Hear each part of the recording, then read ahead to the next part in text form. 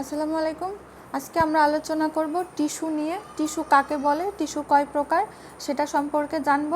Tissue হচ্ছে একই উৎস থেকে কিছু কোষ, অর্থাৎ কিছু কোষগুচ্ছ একই উৎস থেকে তৈরি এবং তারা কি সমধর্মী এবং সবাই মিলে একটা কাজই সম্পন্ন করে।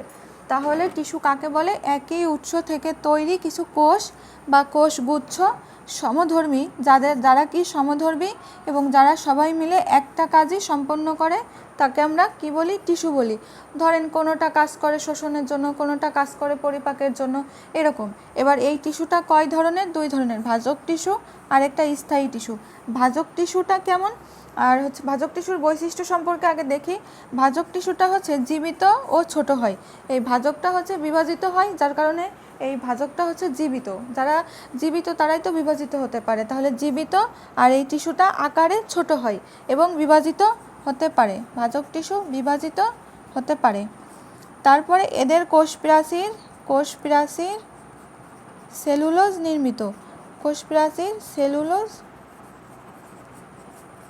নির্মিত। ধরেন এই একটা কোষ, এদের এই যে প্রাচীরটা, এটা সেলুলোজ নির্মিত। আর একটা জিনিস মনে রাখবেন যে সেলুলোজ দিয়ে যেগুলো তৈরি হয় সেটা হচ্ছে আপনার পাতলা পাতলা পর্দা হয়, আর কাইটিন দ্বারা যেগুলো নির্মিত সেগুলো একটু মোটা প্রকৃতির হয়। এরপরে 4 নম্বরে হচ্ছে এদের বড় নিউক্লিয়াস থাকে। এদের নিউক্লিয়াসটা বড় থাকে, বড় নিউক্লিয়াস। এই যে একটা কোষ, এত বড় একটা নিউক্লিয়াস থাকবে, ঠিক আছে। এমনি স্বাভাবিক একটা কোষে আমরা যদি দেখি নিউক্লিয়াসটা এরকম ছোট থাকে, কিন্তু এদের অনেক বড় থাকে। তারপরে হচ্ছে এদের কোনো কোষ গহ্বর নেই। কোষ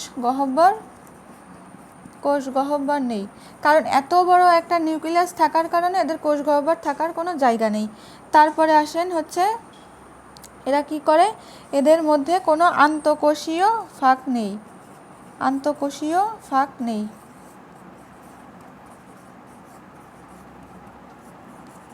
কিভাবে? ধরেন এই একটা ভাজক টিস্যু, এরা একটার সাথে এইভাবে জোড়া লেগে আছে, অর্থাৎ এদের মধ্যে কোনো আন্তঃকোষীয় ফাঁক নেই। এরপরে হচ্ছে বিপাকীয় হার বেশি। এদের বিপাকীয় হার বেশি। কারণ কি? কারণ দেখেন এদের একটা কোষ একটার সাথে খুব একদম কাছাকাছিভাবে মিলে আছে, এদের মধ্যে কোনো আন্তঃকোষীয় ফাঁক নেই, এরা সবাই মিলে একটা কাজ করে, এই জন্য এদের কি বিভাজিত হতে পারে। এই কোষগুলা, অনেকগুলো কোষ যখন একসাথে বিভাজিত হয়ে একটা কাজ সম্পন্ন করতেছে, তখন তাদের বিপাকীয় হারটাও বেশি হবে, স্বাভাবিক। এখন এরা কোথায় থাকে, মানে এই ভাজক টিস্যুটা কোথায় থাকে, এদের অবস্থানটা কোথায়? এদের অবস্থান হচ্ছে কাণ্ড কচি পাতায়, মানে যেখানের কোষগুলো বিভাজিত হয়। তারপরে ফুল ও মুকুলে, এ সকল স্থানে আপনার কি থাকে? ভাজক টিস্যুটা থাকে।